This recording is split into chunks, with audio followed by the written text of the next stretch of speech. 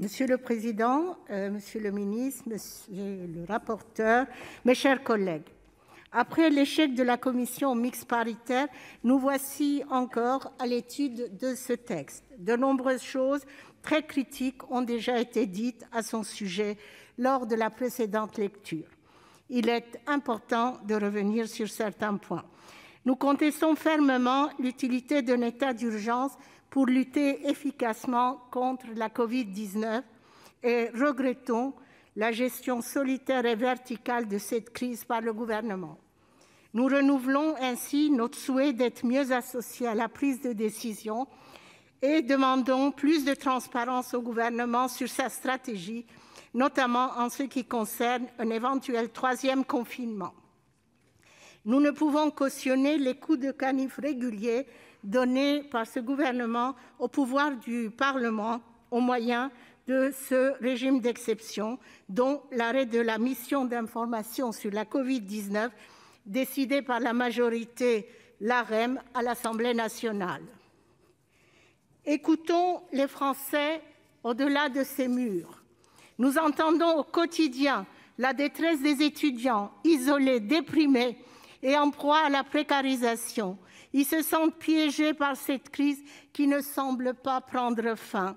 Les files d'attente pour recevoir l'aide alimentaire s'allongent au fur et à mesure que la crise se prolonge. Écoutons nos départements qui pallient comme ils peuvent la détresse sociale lente et sournoise qui s'installe plus encore chaque jour dans certains foyers. Écoutons notre personnel de santé qui demande lui aussi et depuis des années des mesures fortes. Mais ce ne sont pas des mesures autoritaires, mais des moyens financiers, matériels et humains dont ils ont besoin. Écoutons nos commerçants, au premier rang desquels les restaurateurs, les cafetiers. Écoutons également les acteurs du monde de la culture. Ces femmes et ces hommes se sentent asphyxiés par cet état de léthargie économique et sociale dans laquelle est plongé notre pays depuis bientôt 1 an. Ne nous contentons pas de faire ici la loi sans entendre ce que cause cette crise sur le plan humain, à l'extérieur, car si nous souhaitons tous lutter contre la Covid-19, nous ne serons entendus par les Français que si nous prenons en compte leur détresse.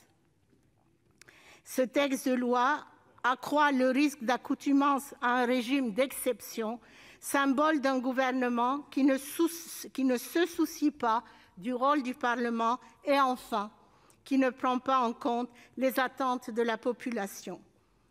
Pour ces raisons, le groupe Écologiste, Solidarité et Territoires, comme en première lecture, y est opposé et votera contre. Je vous remercie.